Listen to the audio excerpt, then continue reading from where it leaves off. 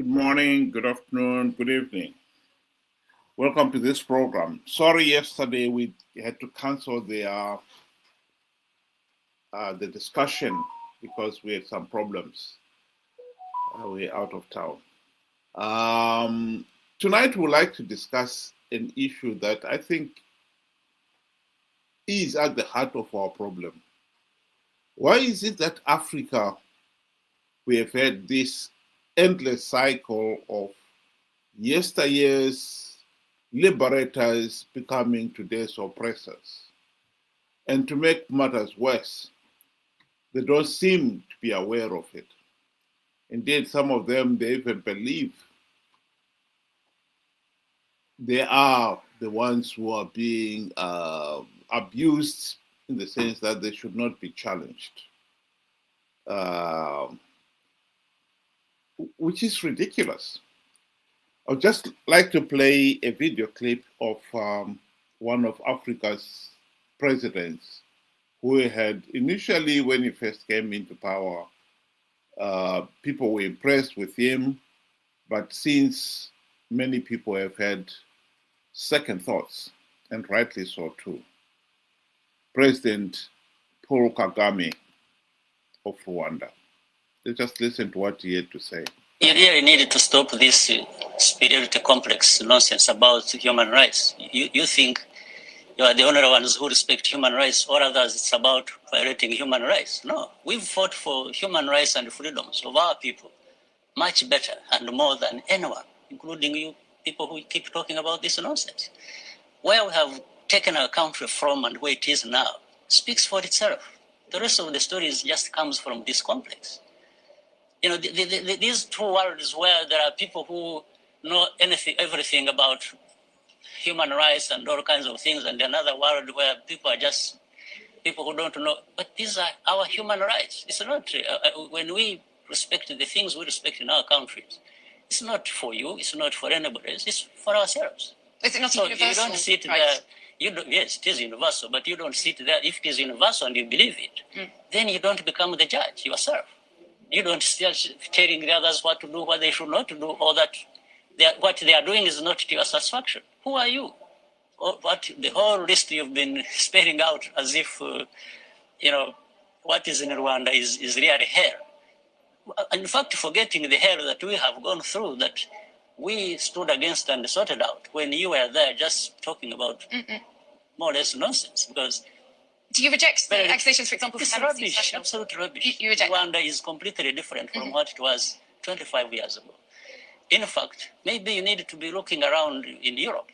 You are violating people's rights. When we have this problem of people being bundled and sent back to sink in the Mediterranean and so on, and so many people being mistreated in your own countries, why don't you talk about your human rights and stop just offloading everything? Well, this is a development conversation, so no, in the context of development. You are not the one to determine what conversation or what points to raise in any conversation. We are asking questions. This is what I'm saying. You are asking questions and you are giving yourself answers. Well, but Ben, what do you think of that? Good day to you and good day to our viewers. Thank you for joining us. You know, I think we have a best excuse for not achieving better.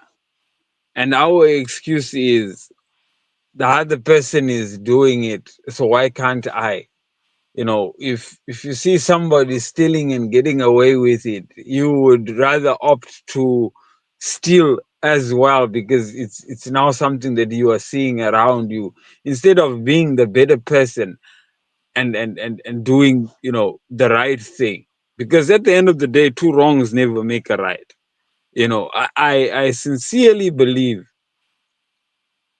yes, in as much as the West are also violating some rights out there, it does not then justify us to go full out and violate our own. So for that part, I do not agree with the Rwandan president. I think if you are going to be defend doing the right thing. Do not go there and say, because you are doing there, you don't have the right to judge us. At the end of the day, it becomes chaos.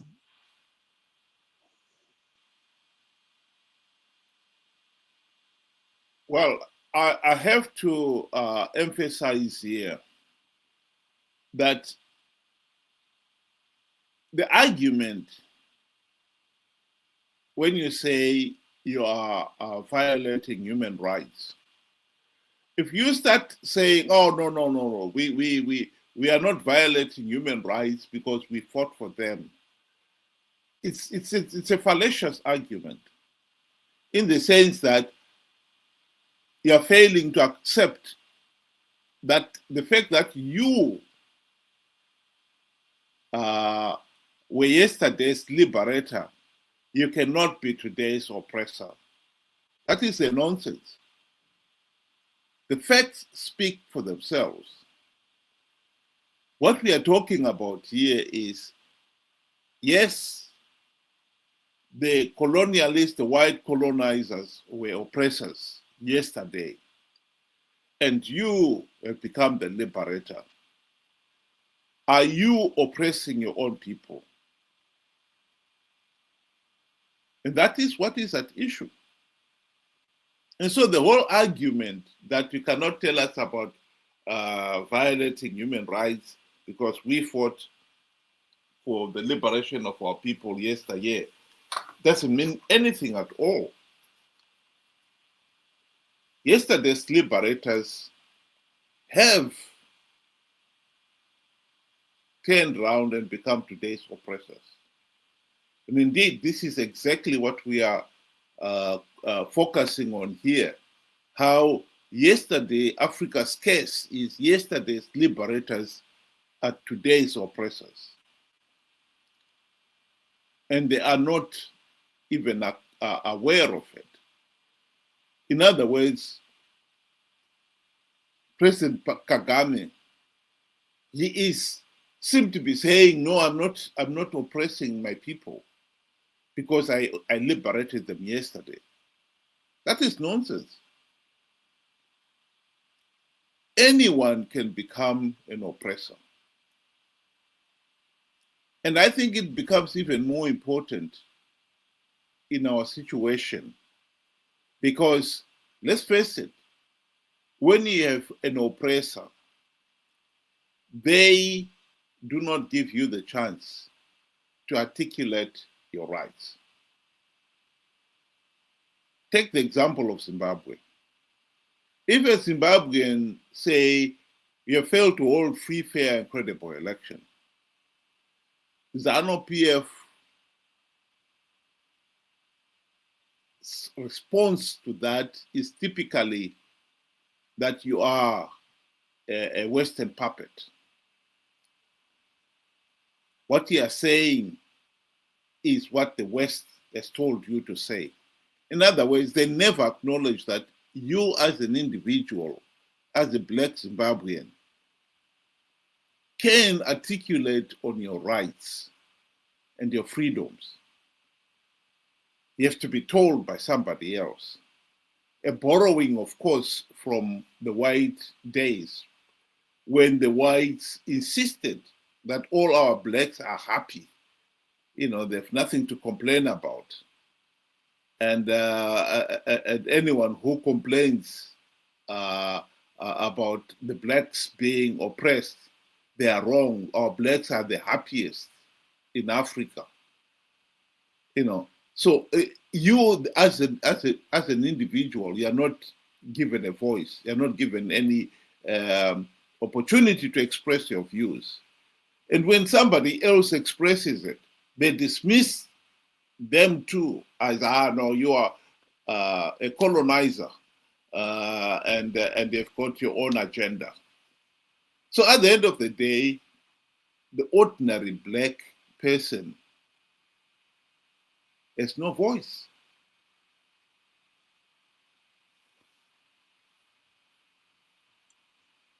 I also think this idea to say that, we fought for our, for our people's rights, or we fought for a certain country, and so forth. It's all wrong. You are taking ownership of the liberation struggle. And for example, I mean, I believe the liberation struggle for Zimbabwe was done by Zimbabweans, despite being a Zanu PF, ZAPU, or even just being neutral. People just went out there and sacrificed in whatever ways they did. Some carried guns, we know. Some provided support to those that were fighting, and some were spreading the word and mobilizing or whatever. you know who owns the liberation struggle? I believe it's Zimbabweans. And to then say, we as a liberation movement, we fought for the country. I don't think there is that room for that ownership. Zimbabweans played their part, and Zimbabweans should own their part. And with this here ownership, where they say we as liberation movements, we did this. Now you seem as if we did it for the people, so we can take away the rights, and or we have the absolute right to do as we please within the boundaries of our country. I think that is wrong, and we need to change that narrative to say we take ownership. Because I believe Zanu PF did not free Zimbabwe by themselves. A lot of people out there did whatever they could, whether they liked Zanu PF, whether they liked Bishop Mzorewa or whoever. Everybody played a part, and everybody has a stake in Zimbabwe, and it shouldn't be for the Zanu PF or Zanla to own the whole thing. This is where you find, once you have that authority over others, or you think you did greater than others, this is where you start seeing the rights being other people's rights being infringed. And I feel that there needs to be corrected. Nobody did anything for anybody, but everybody did something to free our country.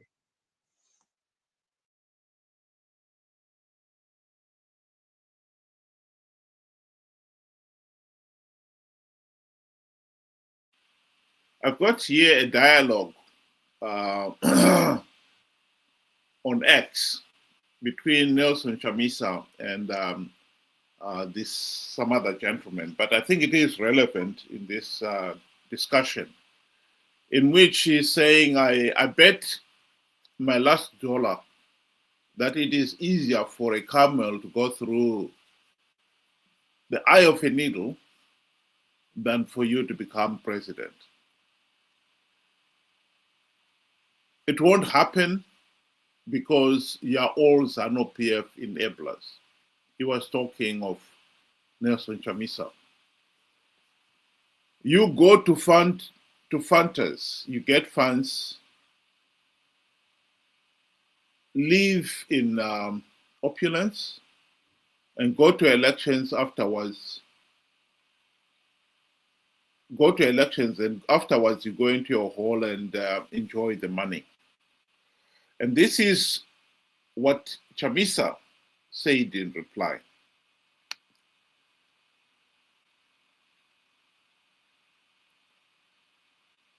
Which is basically saying that is nonsense. Mafungira enyu kuti inyore kurwisa dictatorship. Haisi nyore. Tine mavanga murwendo. I think this has become not only a typical answer from not only just Chamisa, but from Zanu PF itself. How many times, and I think, Benjamin, you were referring to it there, how many times have we heard Zanu PF say, we liberated this country? But the point here is, even Zanu PF, the sacrifice you made, it should be understood that, take for instance, today's generation who are being denied the right to a meaningful vote. They were not even there to join the liberation war. So if we are saying that they should have played their part, they should have contributed, they were too young, they were not even there. Some of them may argue, maybe our forefathers, our brothers, our uncles, and so forth, some of them would have made a contribution. But as we know, anyone who paid a contribution and paid the price, some of them didn't even come back from the liberation war. They have not been credited with their role. So their family have no credit at all. But to come back to this one, to Chamisa's one, if we are going to say Chamisa and his colleagues in MDC should not be held to account because tina mavanga. And here is a photograph of Chamisa in hospital after he had been attacked by Zanu PF. His leader, Morgan Tsvangirai, had his fair share of the brutal treatment too. Nobody is belittling the suffering they received. But even they have got to acknowledge that the suffering that the MDC, Triple C have suffered under Zanu PF is nothing compared to the nationalists who fought to end white colonial rule.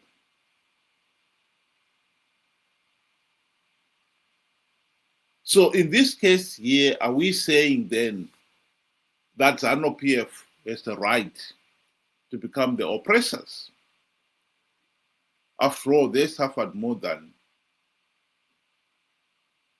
Tsvangirai and company. Of course not. And by the same token, Tsvangirai and company cannot say they are not accountable because tina mavanga. No. We have got to accept that each generation was given a role to play.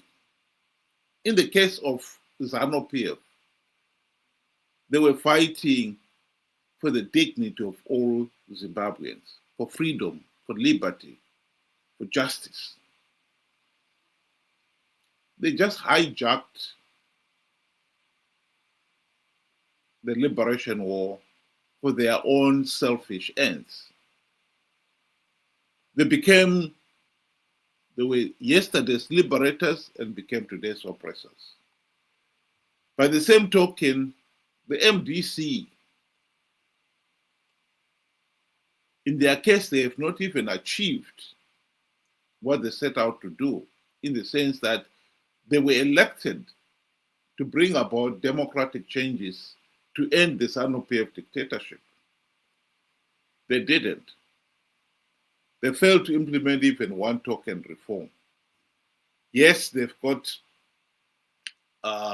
wounds to show for their involvement in Zimbabwe politics, but you can't say that they delivered anything. And one of the reasons why they fail to deliver anything is like Zanu PF. They become greedy. Zanu PF leaders were able to bribe them, and they forgot about the very thing they were elected to do. So we can come back to the same theme again and say the same thing, that yesterday's liberators in Africa have become today's oppressors. And they've given all manner of idiotic excuses why that is so. In the case of our friends in MDC, the excuse has been Tine mavanga. Ending a dictatorship is not easy. You have not ended it. You sold out on what you were supposed to do. And now you seem to think you've got the right to do as you please, and you should not be held to account. Asking the opposition MDC CCC to account for why they failed to implement even one token democratic reform in 25 years has become impossible. Just as asking Zanu PF thugs to account why 45 years after independence, they failed to deliver free, fair, and credible elections and other fundamental freedoms and human rights. They cannot account for it because both of them have suffered this problem of yesterday's liberators becoming today's oppressors.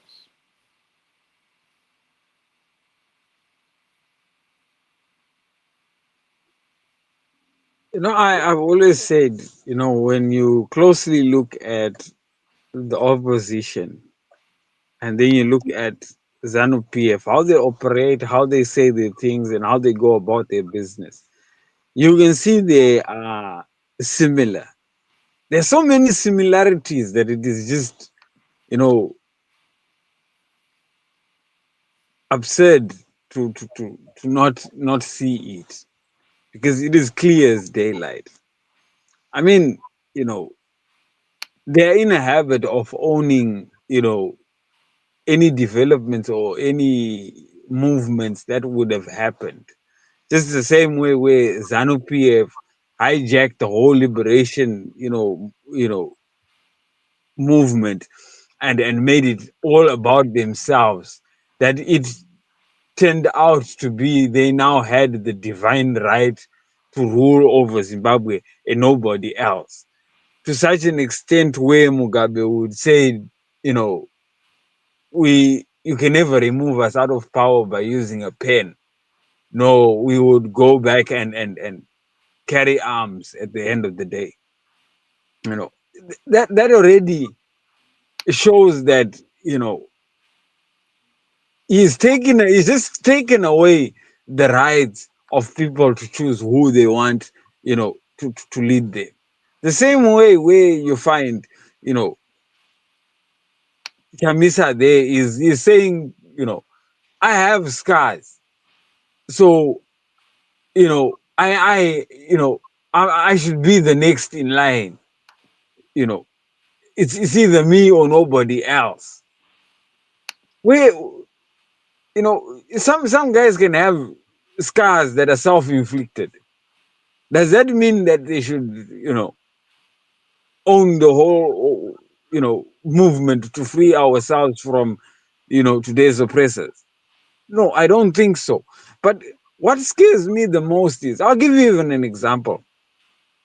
We have the Geza movement that, shook most corners of Zimbabwe, where a lot of even, so-called thinkers out there were saying, let's just support, Geza and make the move and make the transition into, and then we'll figure it out, in the next day.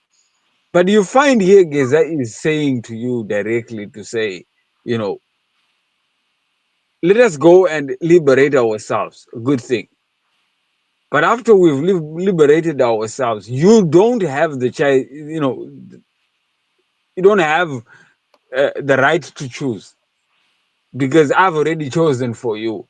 It's going to be uh, Vice President Chiwenga that is going to be the next in line.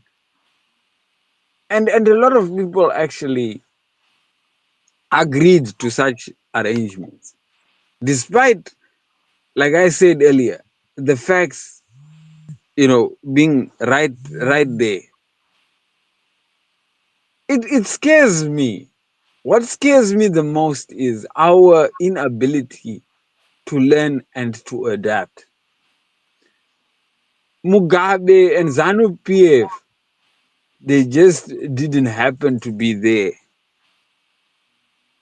Mugabe and Zanu PF were created by Zimbabweans. We uplifted them and put them on a high pedestal that they became untouchable. We could not ask any questions about any decisions or any directions that they wanted to take the country. And hence they grew so much big wings that it is now very hard for us to catch up to them. We created this monster. And if you look all around Africa, we created the monsters. The guy that is talking there, the president from Rwanda, how did he get there? Who gave him that power? You will find out it is the people that did that. So our inability to learn, here we are. We wanted to remove Mugabe and gave so much power to Mnangagwa. Now he's become a burden to us. But then hold on a minute. Did we learn from that? No. We were about to even go the next step further to get Chiwenga and put him into power. And we could still do that. And then it will turn out to be a complete disaster again. Are we going to learn from that? No. We will probably be wanting to get Chamisa back in because he was our only hope, they say. A lot of people come out, they say, look, Chamisa has left the political scene. There's a big vacuum. There was always a vacuum in leadership because we don't have that quality. The current is all junk. That is the truth. We don't have any leadership material in both the opposition and the ruling. What we need is to look for those qualities when we are choosing a leader. And once we are doing, that, hard search, we then see the flaws and we see the, the good qualities and we evaluate, can this certain individual be the next best step? Not just because somebody stands up and say, congratulations, Zimbabwe, you have found your liberation. He's telling you exactly what you wanted to hear. And once somebody is doing that, they are simply manipulating you to believe what you want to hear. Hook, line, and sinker. And we are back to square one. We have created another demon or another monster. So I think we also got to address to say, in as much as we have got oppressive, black on black, leaders or dictators, we have equally the same, naive, gullible citizens that really do not know how to make a choice when they are looking for a leader for themselves. I think we should address that. Our thinking and our ways of choosing leaders is less to be desired. I just want to emphasize the point that was made by Margaret Dongo. Herself a liberation war heroine in her own right. She fought in the liberation war. And when she came back, she was initially working for the government as a CIO, and then became a member of parliament. And then when she fell out with Zanu PF leaders, she stood as an independent member of parliament. And I think as an individual, history will record her for her open-mindedness. Here she is admitting that the people in Zimbabwe are not free, particularly those in the rural areas, by design. They have wrong priorities, especially the current government. How can you go and build an airport which services a few people, and the majority are the elite and the so-called investors? Look at the rural. I made you come to interview me because I wanted you to have the experience of the roads that we are using. If we go today to our hospital there, you feel pity with that's a hospital in a rural area. If we go to our clinic, you feel pity. We have no piped water here. Do you know the reason why the rural people vote for Zanu PF? One, they're intimidated. Two, the policy is that the rural people should remain poor and subservient to the government. They should remain poor, because if they remain poor, they continue singing the song for their master. This is why these people have been impoverished. It's for a reason. Because at the moment, if you economic empower these people, they'll go out of hand. Zanu PF will never have control over them.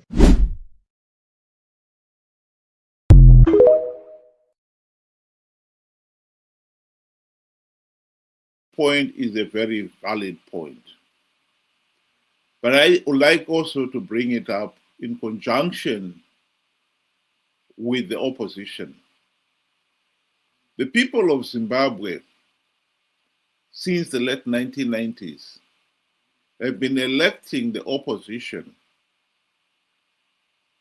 on the understanding that they would implement the democratic reforms necessary to end the Zanu PF dictatorship. The one area where MDC, CCC have completely neglected is the rural areas, where Zanu PF, ever since independence, has claimed that it has got the monopoly there. It's a no-go area. It's a Zanu PF stronghold. And it's for no other reason than what Margaret Dongo was talking about there. Zanu PF has kept the rural voters deliberately poor, and they're intimidated. The rural people are frog-marched to attend Zanu PF rallies and then to vote. Zanu PF has got proxies in the form of the headmen, the chiefs, the war veterans, the militia, and in the past, the Women's League members, whose principal task has always been to intimidate the rural people, making them subservient to the regime. I think it is no exaggeration to say that the rural people are no more than serfs in the medieval time, sense of that word, always trying their best to please their overbearing landlords. In Zimbabwe, we cannot talk of the people being free and independent until we break that link with Zanu PF. The stranglehold that Zanu PF has with the rural areas, with the rural folk. They are denied the right to own even 1 acre of land. They don't own anything. There are no title deeds. And this has made them weak economically and politically. Ironically, the white regime denied the rural people title deeds for the same reason. Zanu PF has maintained that position for also the same reason. Economically, if you keep the rural people economically disempowered, they will not ask for political power. They are serfs, always subservient to their political masters, Zanu PF, and the party's proxies. That is the reality.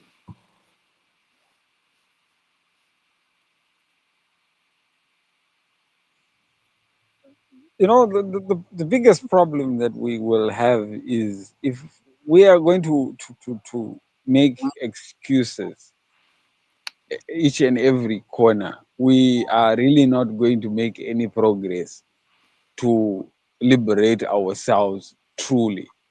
Because I sincerely believe we are no better than what we were, you know, under the, for example, before 1980 in Zimbabwe. Because we are seeing ourselves being oppressed to the sense where, you know, fine, before 1980, blacks couldn't vote. But now you can vote, but your vote is meaningless. It still comes down to the same thing. There is no, you know, no votes if it is like that. You know, we have to call a spade a spade. And you know, it goes down as far as, you know, a lot of people in Africa have been calling to say, you know, we need a united Africa. It is a very good idea, but you have to now look at these same liberation movements, that so-called liberation movements that have taken ownership of liberation. Do you then see anybody between them, for example, Mnangagwa, Museveni, and even the Rwandan president? Do you see him giving up his seat for a united Africa? The answer is no, because they now think it is their divine right to rule, and they will not give it up for anybody. So we can go about blaming, you know, the next guy, or say the Westerners did this and did that. But at the end of the day, I think we are our own worst nightmare. We happened to not understand what we were fighting for in the first place, and how to maintain, you know, our rights and our freedoms. We really don't understand. Up till today, most people that have that right to vote do not even understand what that right really means. And if you cannot understand, you know, what democracy is, I don't think you can really practice it.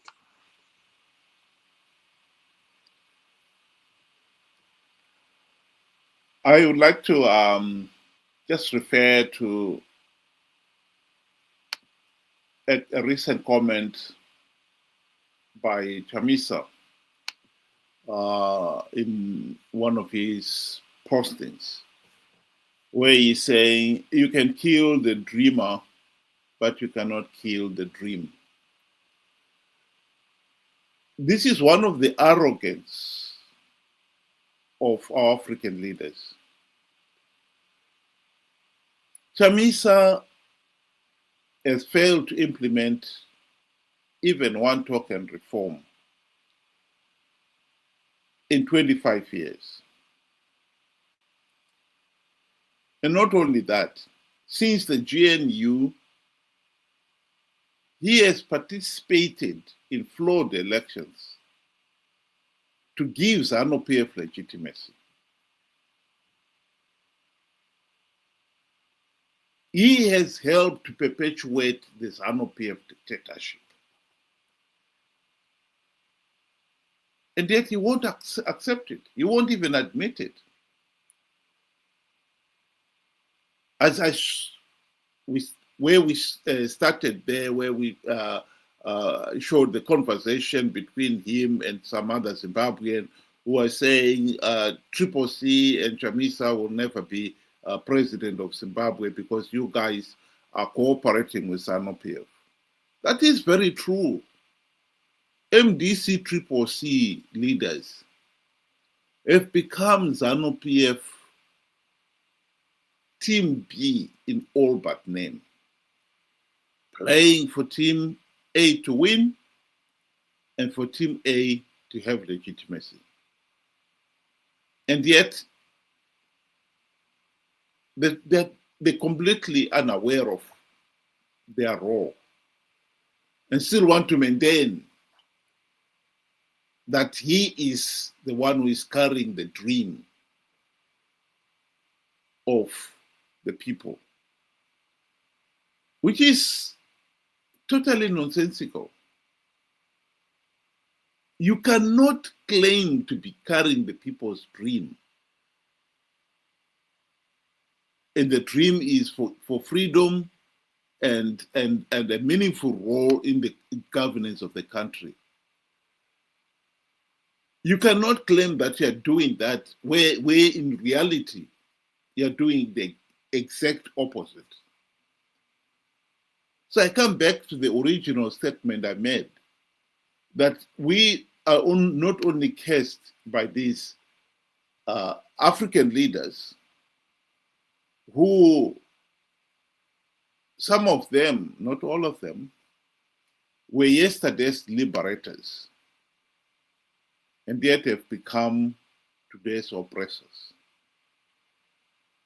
In the case of MDC Triple C, they did not liberate the country. They failed to implement even one token reform to end Zanu PF dictatorship. And yet, they claim that they are the ones who are carrying the torch. So today's oppressors are not even aware that they are oppressors. And some of them were not even liberators in the first place.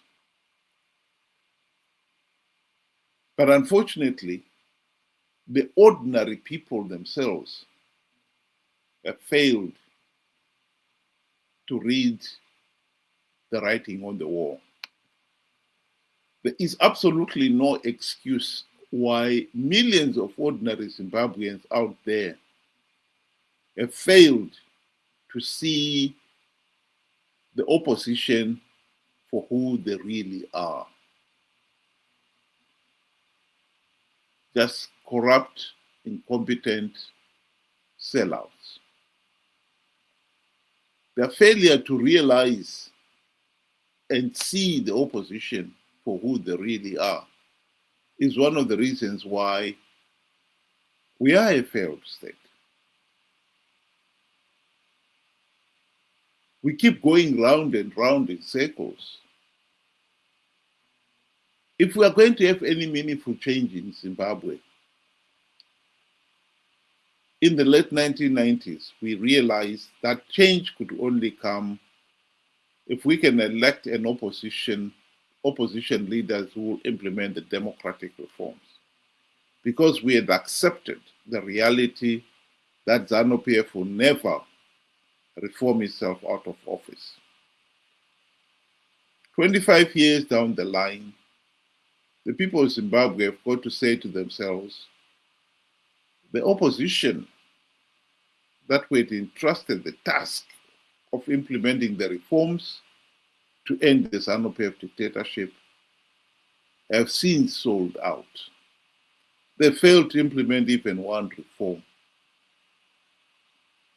And Zanu PF has been clever enough to bribe them to keep participating in flawed elections, to give the process legitimacy and the regime legitimacy.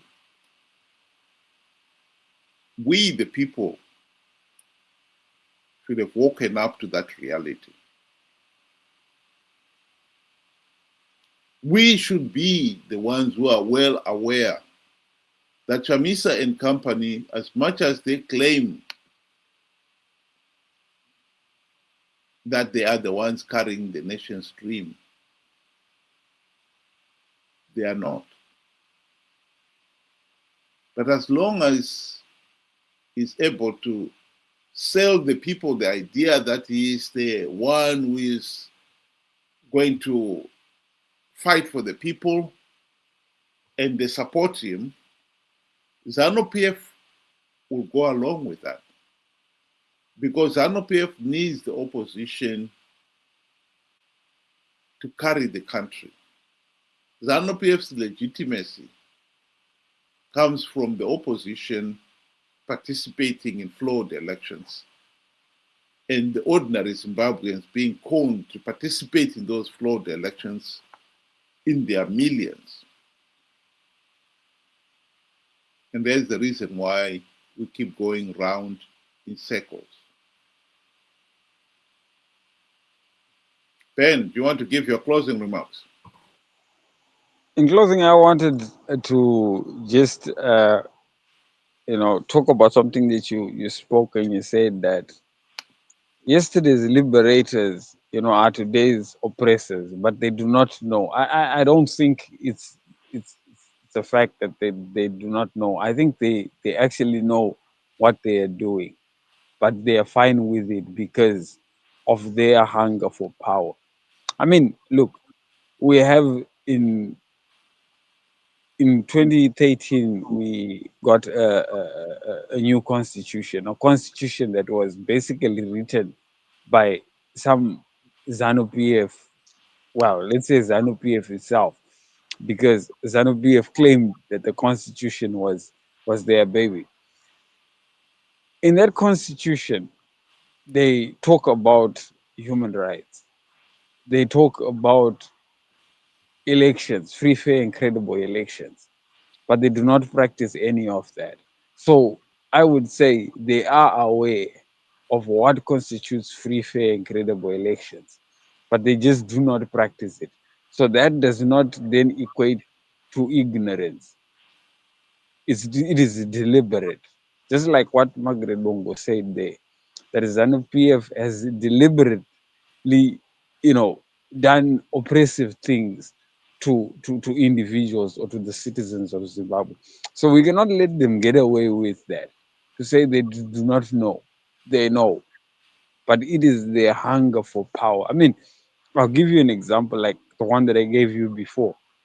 Where Mugabe, in his speech in front of thousands of people, said, "I will not let you know Zimbabwe be have a change of leadership through a pen, the pen that you use to cast your vote. No, I will not let that. In fact, if that were to happen, we would go back to the bush and fight another war." So that there in his speech, he is saying that to hell with democracy, we will do it our way, and it's our way, or it's the barrel of the gun.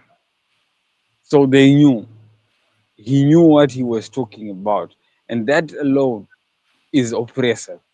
That away, that alone takes away the rights of citizens of Zimbabwe. So we cannot give that as an excuse.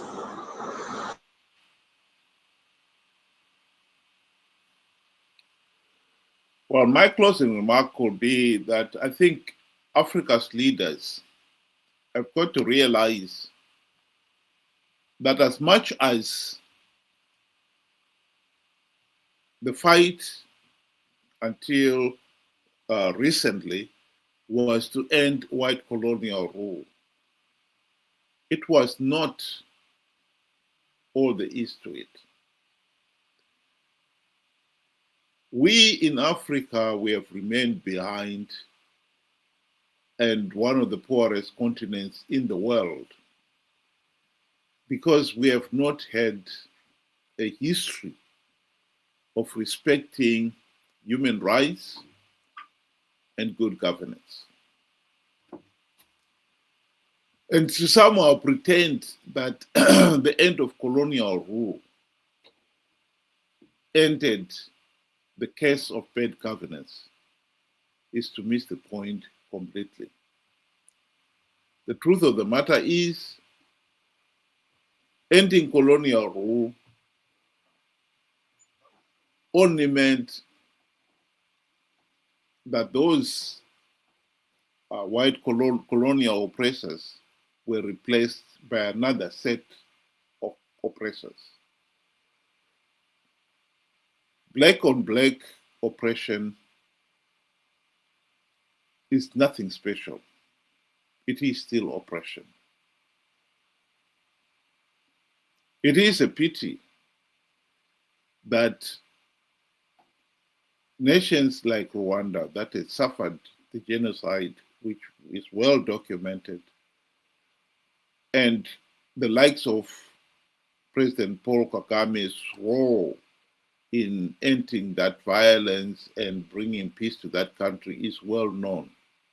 The tragedy is, ever since they came into power, they failed to create a political environment in which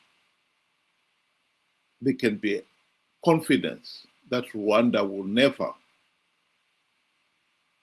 ever have to put up with more violence, which is a pity. Because as much as he has managed to maintain the peace, his successor, if he too wants the dictatorial powers that President Kagame has enjoyed, he will claim them. And to enforce them, he may be tempted to resort to violence. And as for the good economic policies that has made Rwanda economically well off, he may not have the same vision. And trust me, it is even easier to destroy than to build. Whatever he has achieved all these decades can be destroyed in a matter of months if a bad leader was to emerge. The long-term prosperity, peace in Rwanda depends on creating a political system which guarantees that. And having free, fair, and credible election is one system to guarantee that. Leaders who think they have the divine right to rule are the curse of Africa, of any other country in the world. And that should be the lesson that we should have learned by now. And when outsiders say that you are failing to protect the human rights of your people, I think it is a feeble defense to say, you can't tell me that because you're an outsider. I think you should address the issue itself. Is it true that you're failing to hold the human rights of your own people, particularly as is the case in many other African countries,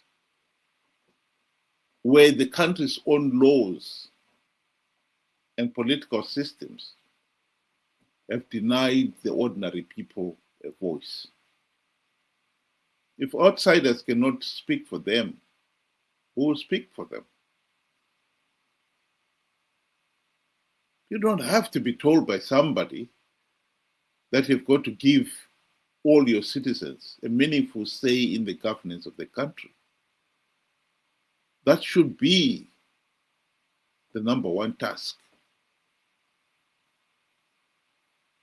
that every leader should aspire to. I repeat, no one has the divine right to rule. You are just as fallible as anybody else. And therefore, then you should be held to account. When you're dealing with national issues, every citizen should have a meaningful say in the governance of their country. That should not be negotiable. That is not negotiable. Because the right to a meaningful say is more than a right. It is the essence of good governance. And that is the one blessing that Africa has left during colonial rule and after independence. We need to put an end to this madness. Rwanda is only stable now while they are still alive. The day you die and you are a mortal being like everybody else, and you will die. As long as there's no stable political system in place, anyone can claim to be the president, and if they're not strong enough to impose their will on the people, they could well be a fight for it, destabilizing the country. And even if the person emerges, the temptation to be a dictator cannot be denied. As I said, Africa's case is yesterday's liberators are today's oppressors. And some of them, they don't even know it. We need to end this case. Thank you very much. Have a good day.